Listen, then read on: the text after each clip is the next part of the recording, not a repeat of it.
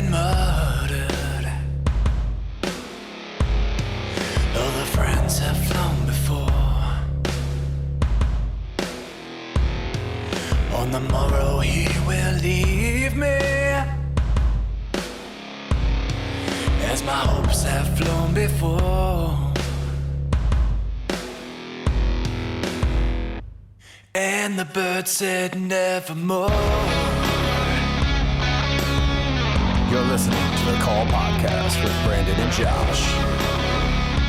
Hello, everybody, and welcome to a brand new edition of The Call. It is a Baltimore Ravens podcast where we talk anything and everything Baltimore Ravens football. Thank you all for listening to us on all of your favorite podcast platforms, especially Overcast. What, dude, that was butchered. First off. Second off, you threw me off again with not listing off all the socials. What is with you? I'm not doing it anymore. There's too many. We have to do the Overcast over again. That was horrible. That was pitiful. Hey, it's preseason. We're getting used to it. You know, it's all right. You can but mess up. But it matters, man. Oh, it matters. It matters. It does matter. Just like the Undertaker's streak at WrestleMania. It still mattered. The streak is officially over for the Baltimore Ravens. The preseason streak is over at 24-1. You don't say. And who is the one? They were invincible. I know. How did that happen? I thought the depth was crazy, but who is the one in 24-1? The Washington Commanders of all teams. Joining me as always, by Kyle Brandt of Good Morning Football. Oh, we're going to talk about some Kyle Brandt, my boy Kyle Brandt. We're going to talk about that guy. Let's talk about it. You know he's an avid listener. Come on, what's up, Kyle? Yes, he is.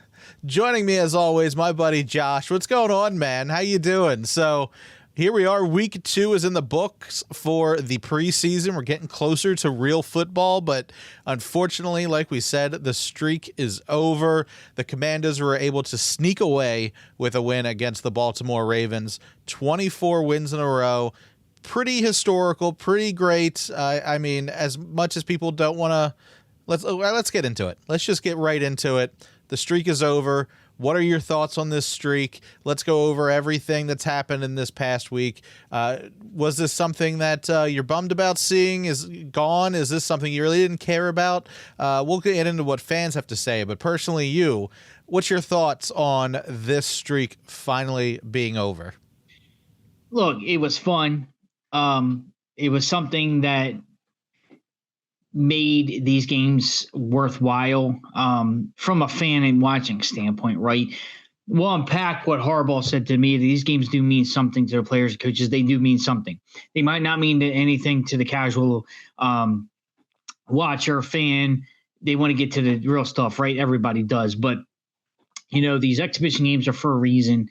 They're not just there just to be there. They're there for a reason. And my initial thought when it ended, good, all right, it was cool while it lasted. It was fun. But I kind of alluded to it a little bit ago in a show or two ago, it's awesome. But when it does end, it's kind of okay, you're going to recognize it, but then not really care and talk about it. It is what it is. I will say this, it is cool that call it our football team and our organization owns that record. I don't think it'll ever be broken. You can never say never, but look, the next closest streak was 6 with the Raiders. I don't know if that's current or previous, but to win 24 consecutive exhibition games over a span of call it 7 years, 8 years actually, from 2015 to 2023. Dude, it's unprecedented. Whether you think it's a gimmick or not, whether you want to joke about it or not, it's awesome. It had to end sometime. I didn't think it was going to go on. I would love to see it go through at least this year to say we got 26 and stand defeated. But, hey, it's over with. It's done with. You can say ding dong, the witch is dead, right? But, but again, it's a lot of folks feel that it's kind of all right, let's get done talking about it. What say you, man? Were you a fan of the streak? Were you excited that it ended, or disappointed or relieved? I'm always going to be disappointed when the Ravens end up short with a loss. Mm-hmm. It doesn't matter if it's preseason or regular season. It's a loss. It's a bummer. I don't understand this hatred that people have about this streak, because it sure seemed like a hell of a lot of people Tuesday morning really cared about this streak, especially when they said they didn't anymore. So I find it very intriguing that the streak doesn't matter until it's broken. Like that, I thought was very interesting. All props to the Commanders, honestly. They were able to beat the Ravens in this preseason game. They got it done. They stepped away with a W. The Ravens didn't. You cannot take that away from them. They worked hard.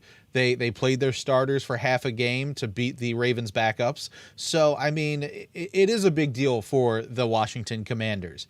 I think it's really odd that the whole NFL world is responding about this streak finally being over. I mean, it's all they talked about on Monday Night Football. That's all that the Commanders were talking about. You would think that they had just won the Super Bowl. Good Morning Football the next day, Kyle Brandt comes out wearing a Commanders hat and jacket, acting like these guys just won the Super Bowl. Like, I get it. It's really good that the Commanders were able to win this. They are. It seems as if they are going up a hill. They've been in a valley. They've been in a trench for a very long time. And now under new ownership, they get this win in the preseason. I'm very happy for them. But to say that the preseason streak didn't mean anything, I don't know how truthful that is. And I'm not just saying like scoring wise, you know, look at the depth on this Ravens team that they were able to have a streak like that. A lot of these players, you know, they're fighting for jobs. And the Ravens are able to find these guys, motivate them, make them hungry, and get away with a W.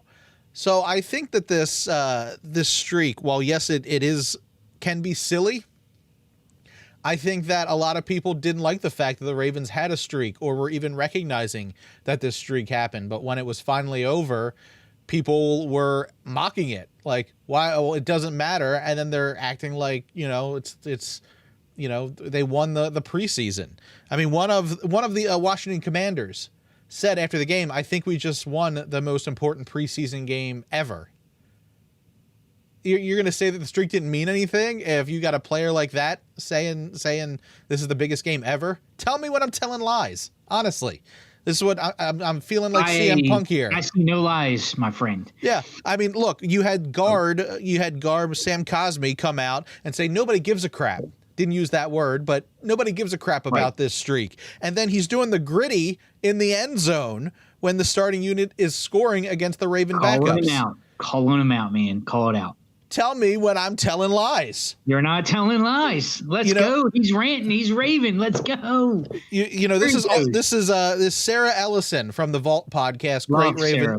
Yeah, great Ravens podcast. If you guys want to listen to them as well as us, those guys are great over at the Vault. We need to have her on the show, by the way. 100% we do. 100%. Yeah. Got to get you on the show.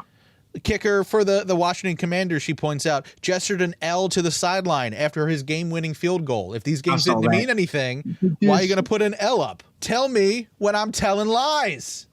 Did you work on the script? I love it. When I'm telling lies, we're going to have to do that this year. That's going to be a staple for this year now. We're going to just like go right through the shows and be like, tell me when I'm telling lies. That's our new slogan. I love it. I like it. So co-owner Magic Johnson comes out and posts how much fun it was to break the streak. And I agree with that guy. Like, this game was a lot of fun because of the streak. It meant something. Like, people are complaining. Who cares about this streak? The Ravens literally gave you a reason to watch preseason football. If you're not going to get into the weeds and look at, like, who's going to be, you know, the best left guard, who's going to be the best fourth running back. Like, it's almost like an afterthought. Like Wes commented on our podcast. He kind of said his comment was everybody wanted it to happen, apparently, right? The broadcast team wouldn't stop talking about it, and he's glad we just don't have to hear about it anymore. Like, I share in his feelings. Like, it's like, that's kind of what it was unfortunate, right? The Monday Night Football broadcast, that's all they kept talking about. Right. And it wasn't the fact that, like, oh, so-and-so's emerging. He's trying to make the team. Oh, what about – it was nothing about the players. The streak took precedence, and I get it, but again, I'm going to stop short of saying they don't mean anything, but it was a gimmick streak, right? It's an exhibition winning streak. It's fun, but it means something to the players, the coaches, the organization, because Harbaugh did lay into the media. And I kind of agree with him 100%. I want to say kind of. I do agree with him 100%. Fire and brimstone, he let him have it. He was agitated, edgy, and he goes, "Don't you dare criticize." And he said, "I don't respect you if you sit here and want to write or comment about this doesn't mean anything," because it means everything to the players, the coaches, everything. When preseason happens and the games are, we talk about it, we break it down. We see players trying to make a squad. This is a live job audition. Some of these guys might never even be heard of again. They might be unemployed looking for other ways of employment. So, you feel for that. These guys are trying to make an NFL team. What if it was me and you out there or your family members or friends? So you have to think about it like that. Put yourself in their position, and it means a lot, and we cover it. So, the streak might not have meant something. And again, if you have the opinion and you didn't think it mattered, that's fine. You're not wrong. It's just, it's sad when this streak just took precedence over hey, look at Vokalek trying to make the team, as a third or fourth tight end option. Look at Keaton Mitchell, trying to make a name for himself in the running back position. There's some names out there that you might not ever heard of that thanks to these preseason games, they might emerge. And for somebody who really plays a lot of fantasy football, a lot of times there's where these names just come out of nowhere. And then you're like, oh, watch out for this guy in the preseason. He's been shining. And then he makes the squad. It makes an impact. Right. You know who you can ask if preseason's worth it, if preseason is really a thing that we should care about? Ask Michael Pierce. Ask Justin Tucker. Two names that are pretty synonymous with the Baltimore Ravens right now. Those guys were undrafted. Nobody was taking a shot on them. And then they get a shot in the preseason and they get to show what they can do. And they're both making some big bucks in the NFL right now. They are. It does mean something. And again, that just alludes to showing you players as well. They emerge. And I can't wait to see what happens. Let's get right into that. So obviously in a losing effort on the scoreboard, who won on the field for you on Monday night? Who's shown that they can make this squad this year? Let's just get the normal one, the one that everyone's going to say out of the way. Zay Flowers, that guy's a starter. That guy is a champ. He's for a rookie, the guy's got the speed, he's got the skills, looking great. A guy that really impressed me though, he's been an unsung hero for the Baltimore Ravens for a couple years. Justice Hill. He was electric. He was great. I was very happy with what I saw from him. Justice Hill, I think, really was, he's done a lot for this team in the past. I think he can continue to do way more in the future. No, two great notables there. You're right. The running game depth is going to be something to watch and be a note of, or something to make a note of. Justice Hill and Keaton Mitchell are certainly making their case of making the team now. I kind of intertwine this because if you notice where my focal point was previously was the punt and kick returns, right? Mm-hmm. Keaton Mitchell got hurt on one of those plays. Now I think he's going to be okay, but I noticed he was out there fielding a punt along with James Prochet. He was sharing the duties there. By the way, James Prochet stock is down for me from the regular season last year to that god-awful interception that he threw on that gimmick play, the trick play, to last week's preseason showing, to this past week's preseason showing where, he bobbled the ball. He could have caught it, but he really didn't make an effort to prevent the interception in the end zone. One of our listeners and my dear friend, I should say, Deb Cerisi, she commented on our Facebook and said, my guess is Prochet's gone. I certainly agree with you on that. Yeah. You never want to see anybody lose jobs, but unfortunately this is with reality. There's only 53 on the roster and we know it. Somebody's going to lose out. Fortunately, I don't think Prochet's done enough to make the squad. Again, I alluded to what I saw in training camp. He was interacting with the fans, but unfortunately that's a great thing community-wise and, showing out. But, at the end of the day, it's on the field. But, who else you mentioned? Tillon Wallace. And he's caught 2 touchdowns in as many games, too. So he caught another touchdown this past week. He's certainly one to emerge as late, low on the depth chart on the receive because the receiving core is full right now. And how about it? Our tight ends, Charlie Kohler and Travis Vokalek, trying to make a strong showing. He caught 2 touchdowns yesterday. Right, and I don't know if there's going to be a spot for him on this Ravens team, but I would hate to see that. I know it's going to be hard if he enters waivers. There's a good chance he gets picked up by another team. Absolutely, I don't think he'll come back to Baltimore. So, those are names that are certainly out there, and it was put out there right away. As soon as he called the second one, I'm like, all right, 47 again, just making the name for himself. And the Ravens are deep at tight end, and with their and what's a note of minor concern is apparently Mark Andrews is dealing with a minor injury. It's undisclosed. Harbaugh said he should be fine. It shouldn't be any jeopardization to his availability come the opener. So we will monitor and see that. But I know a lot of folks were a little bit angry coming out of this game because it seems like the corners were oft injured, especially Kelly, who got hurt in the game. And Darius Washington, which I feel is making a name for himself to make this team and making a strong case. He got banged up, late in the game as well. So those names you want to kind of watch out for. But what is really refreshing to us is we know Marlon Humphrey's got that surgery to deal with, and he should be back in a few weeks. Let's hope, right? Knock on some wood here. But Brock Ya-Sin returned to practice for the first time since the earlier in this month. So it's been a 2+ week hiatus, but Brock Ya-Sin's back, so we get some relief in the corner game in the secondary. So that is something to make of note. Not only who's emerging, but the injuries. That's going to be a shuffle of who's who in the secondary. That's right. And Marlon Humphrey, his injury is going to take him out for a couple of weeks. If you are looking at the calendar, I would guess that he's going to be missing week 2 against the Cincinnati Bengals. That's going to be a rough loss if there is no Marlon Humphrey out there. So Rocky Ya-Sin coming back onto the field, the practice field on Wednesday of this week, that is a really good sign. I would assume he doesn't play in Tampa, but you never know what'll happen. But that is a concern of mine going into week 2, but of course that's in a little over a month, so we'll wait and see for that one. I think that this last game up against the Washington Commanders maybe did answer a lot of the questions we had. Like the running back seems pretty solidified. Left guard, I think we're going to see John Simpson starting over Saleh.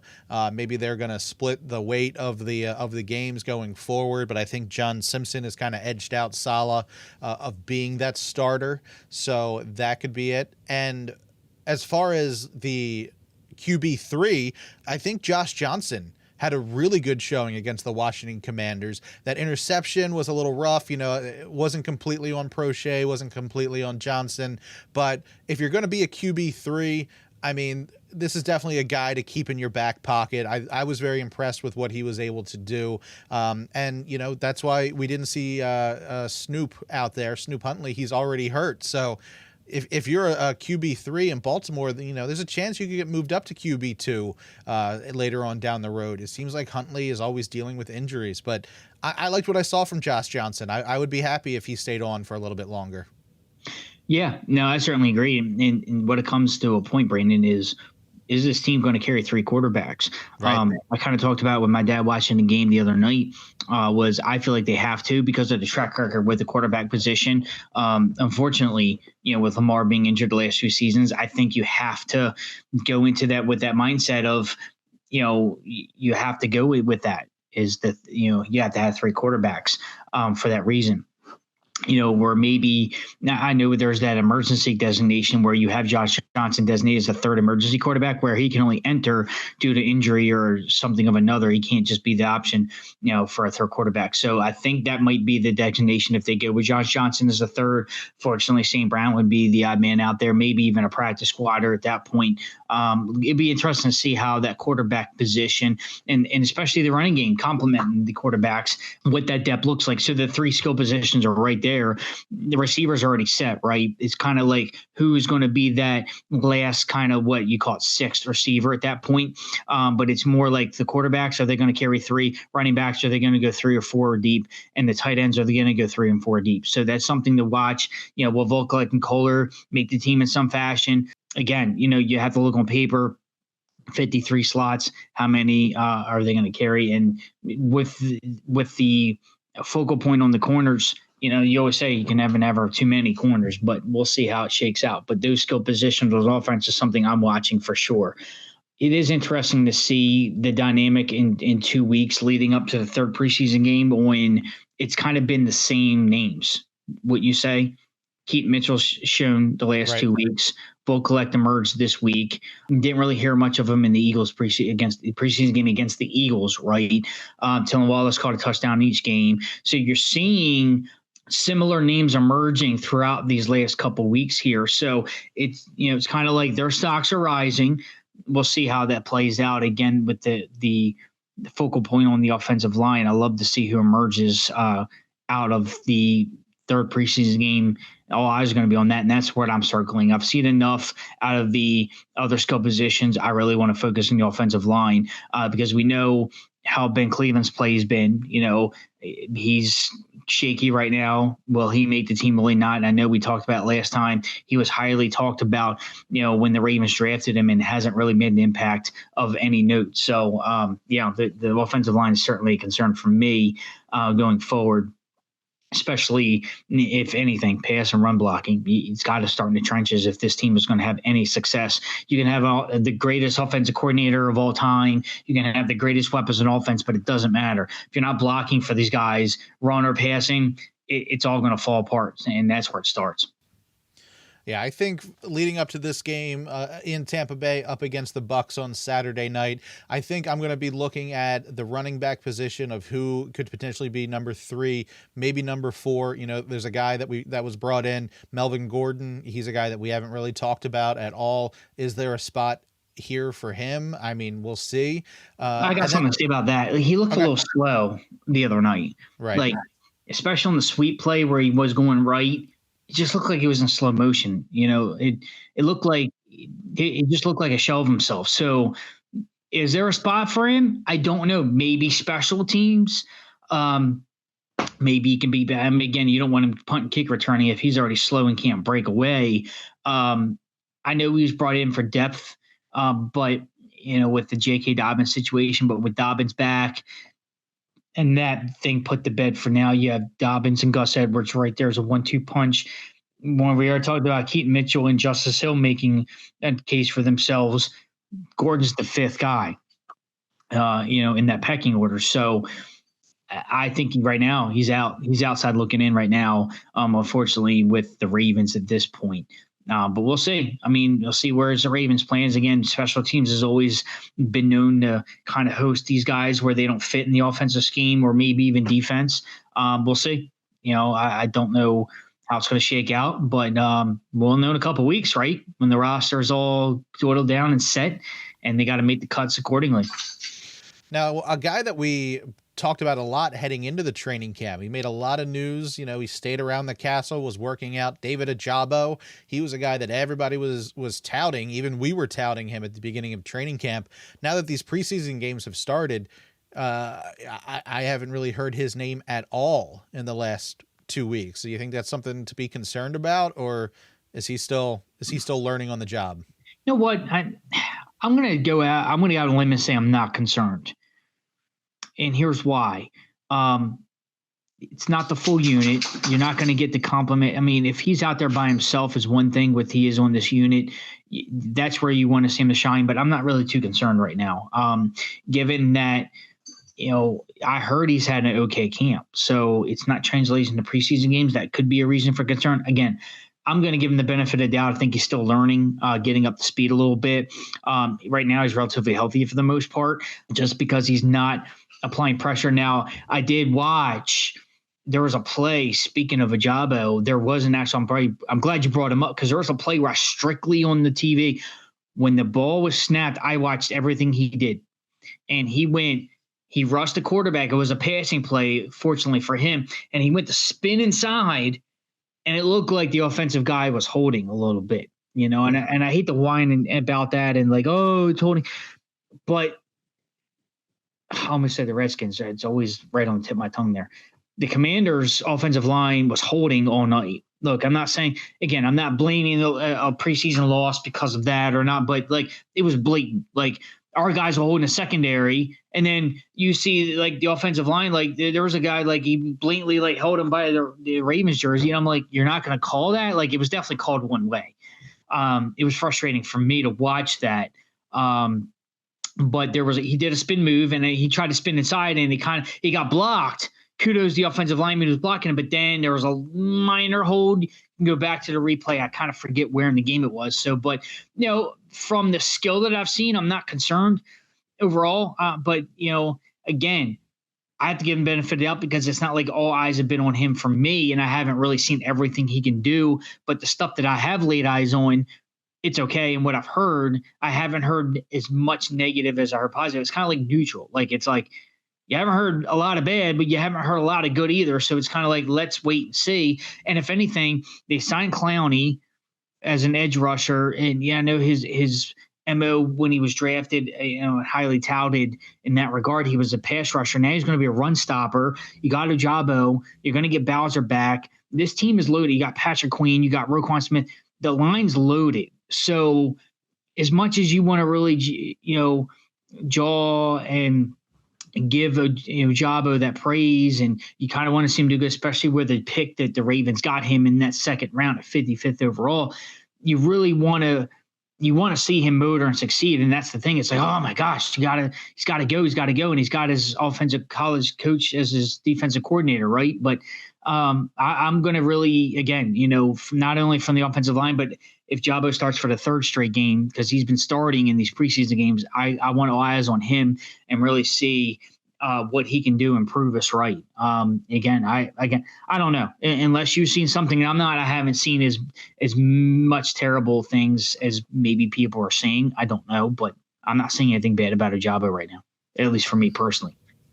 Yeah, I mean, it is preseason.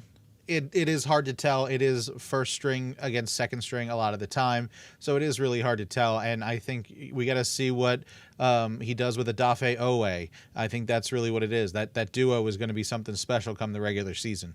So something I wanted to certainly talk about in all this. There's a lot to unpack with this preseason game, but let's rewind here and go all the way back to the first series of the game where the Ravens took the ball.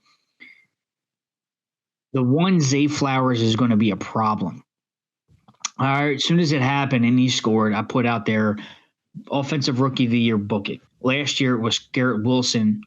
It really could be Zay Flowers. In this offense, the way he could be utilized with the spacing, that play was just pure goodness. I mean, to take the ball on the sidelines and to just have all that room, he shook a guy, made a guy miss, and just zoomed right into the end zone, almost virtually untouched. Had the lanes, made the right reads. The kid's talented, and with him being what you can call it third on the wide receiver depth chart pecking order, right? This offense, dude, explosion. I mean, you look at the four wideouts they can really pose. Bateman, Beckham, Duvernay, and Zay Flowers. That's four good weapons. You're not talking about the tight ends. You're not talking about the running backs right now. Zay Flowers that already performed the way he's doing in this preseason, I am super excited, and he's going to be Weapon X for this team. Certainly, sky's the limit. The other rookie I want to talk about, Trenton Simpson, there was a couple of times he over pursued, but there was a tackle that he made that I was very impressed with. And not a rookie, but Kelly, certainly want to touch on Kel. He made, remember the 2-point conversion that they were going for it, and it was denied again. Kelly made an awesome tackle before getting injured late in the game. That was a tackle to stop, and I love that.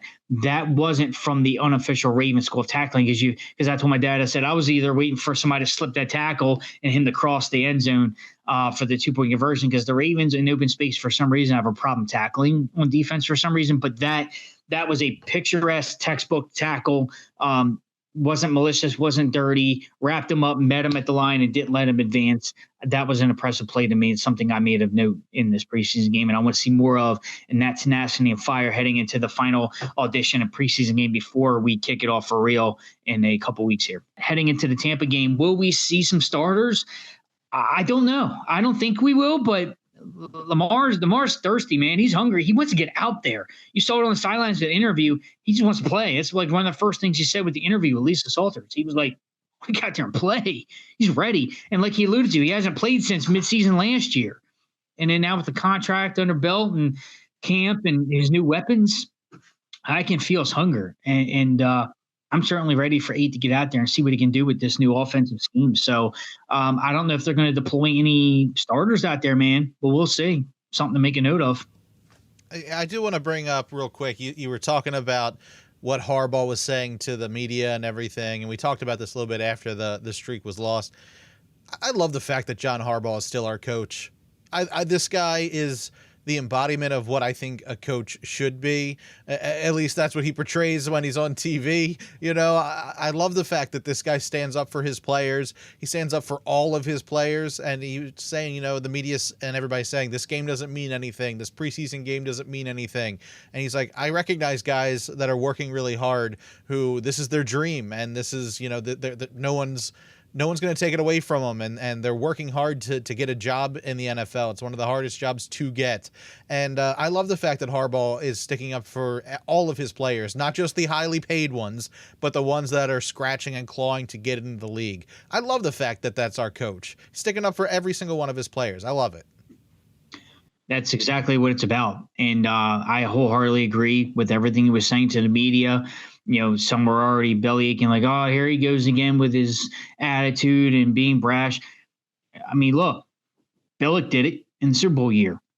Remember the infamous speech at the Super Bowl when he started with that, you know, with that whole bit, and then they questioned him. He said, "Because I got the podium and you're here to listen to me." Like, media needs to be put in their place. Like, media sometimes, and they like to cause that drama and they want to get that story and get that tidbit. But no, you know, I love Harbaugh giving it right back to him and say, you know what? No, he's standing up for his team and the guys that are trying to make a case for themselves. And like I told you, beginning, it might not mean anything to us, streak or no streak, but it means everything to this organization, coaches, players, staff, everybody. They're auditioning for jobs, whether it's for this team or other teams.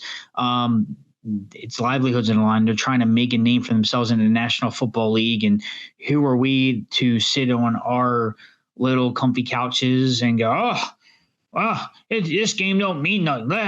Why do they play these games? Why do we have to pay for these games? Dude, you know, they're professionals out there trying to make a name. So, again, everybody's entitled to their opinion. I'm not saying on this forum that you're not wrong.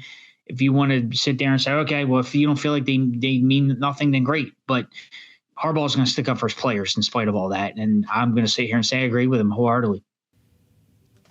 Me too. I totally do. I love the fact that Harbaugh is our coach. I love having him a part of Baltimore, and for such a long time too. See, and it's interesting you say that, because I feel like I'm in a minority, right? Because I feel like as this tenure goes on, a lot of fans are like, really don't like him. He gets out coached. Time for a new voice in the locker room. And I'm like, he's the third longest tenured head coach in the National Football League. And I guarantee Tomlin and Belichick are probably 1 and 2. If my memory serves correctly. I think Tomlin's 1. I at least know that. No, Belichick's got to be 1. He's been with the Patriots since like 2001. Are you sure? Yeah, or at least earlier than that. Belichick's been with the Patriots. Dude, Belichick's been with the Patriots since they won Super Bowl 36, or probably well before that. It was probably around 2000 because the Ravens played him in '99 and Pete Carroll was the head coach. This guy just knows things. Look at him. Look at him go. Well, because the Ravens went 8-8 that year and they beat the Patriots. I think either they beat the Patriots or the Patriots beat them in the last to go. I think the Ravens beat the Patriots in the last game of the year, go 8-8. They finished 500. Then they went 12-4 and won the Super Bowl. And Belichick's first year was probably around that, because I think Carroll left for USC and then he went to Seattle.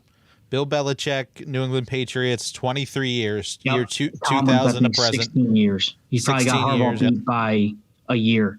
One year. Is he? Tomlin was hired in 2007 and Harbaugh came in 2008. So I think Tomlin has that.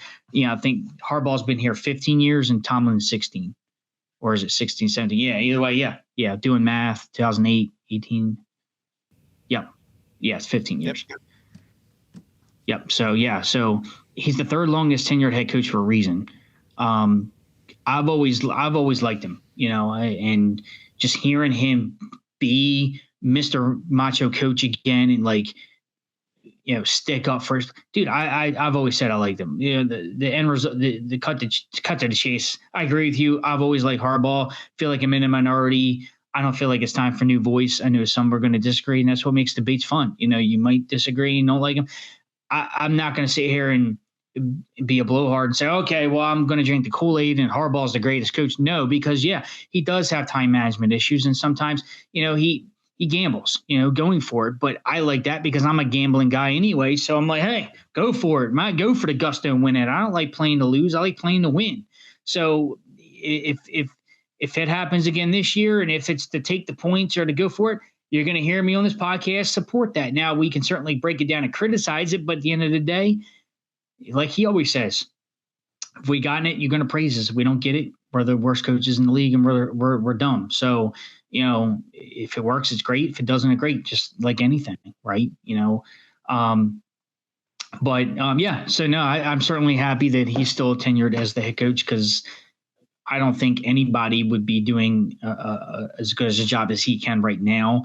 We'll see what the future holds, but right now, it's Harbaugh's. It's his seat, and it's his seat right now for the foreseeable future. I don't see him going anywhere.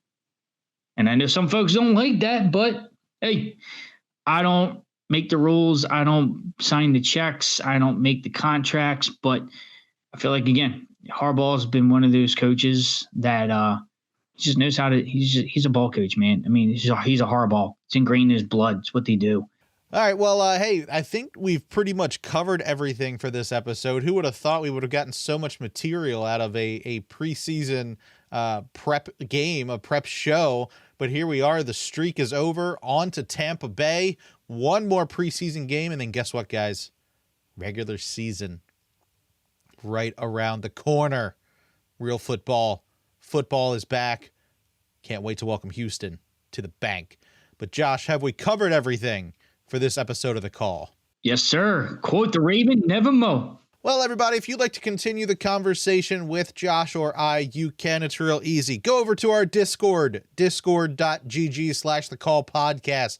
Make sure you subscribe over there. Enjoy some tailgate talk, some game day talk, every kind of talk you can think about. Whenever a new show comes out, you'll be the first to know as well. After we post it over on our YouTube page, we do have a brand new YouTube page. We are putting some stuff up there. Go to youtube.com/BrandoCashPods. Subscribe to our YouTube page. We post all of our reels, all of our shorts up there, along with the full episode of the show. So if you got to listen to us on the go, bring it on over to YouTube.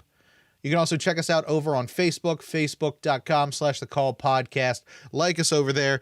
Enjoy the conversation over on our Facebook page. You can listen to brand new shows. You can talk to other Ravens fans as well over on our Facebook page, and we post our shorts and our reels there. We are officially on Instagram. Check us out, BrandoCashPod_reels. You can check out our reels over there and talk to us there as well. And you can check out stuff from my other podcast, What the Puck, as that's going to get started pretty soon as the Capitals are heading back to town. I think that's pretty much it. Rate us an Apple Podcast review. Rate us over on Spotify. Be social with the show. Let people know on Facebook and X. And God, X, you got it. It's going to throw me off. XYZ.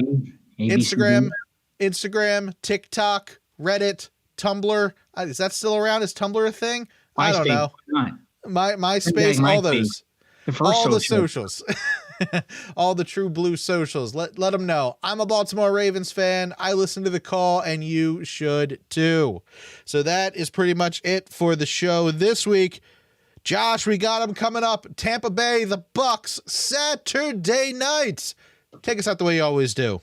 You got it, my friend. Thank you so very much. And we love the interaction this week. We appreciate everybody. And as we know it, ding dong, the streak is dead. But you know what? That means an opportunity to start a new one. So let's go 1-0 at the final preseason finale here. And that's what it is. It's a preseason finale on the road in Tampa Bay. The Ravens are going to put they're going to put the show out there right there, Tampa Bay. See who's going to make the squad. Who's in, who's out. We shall find out under the lights on Saturday night in Tampa. Can't wait to get it going, and we get through this one unscathed. You know what's on the other side. It is regular season football from here on out until January, and that's right. We're about to get down to the real deal. But before that, 2 are done. We have 1 more left. How about it? Baltimore Ravens. Let's close out the preseason in style, hard fought. Let's go. Let's fly high.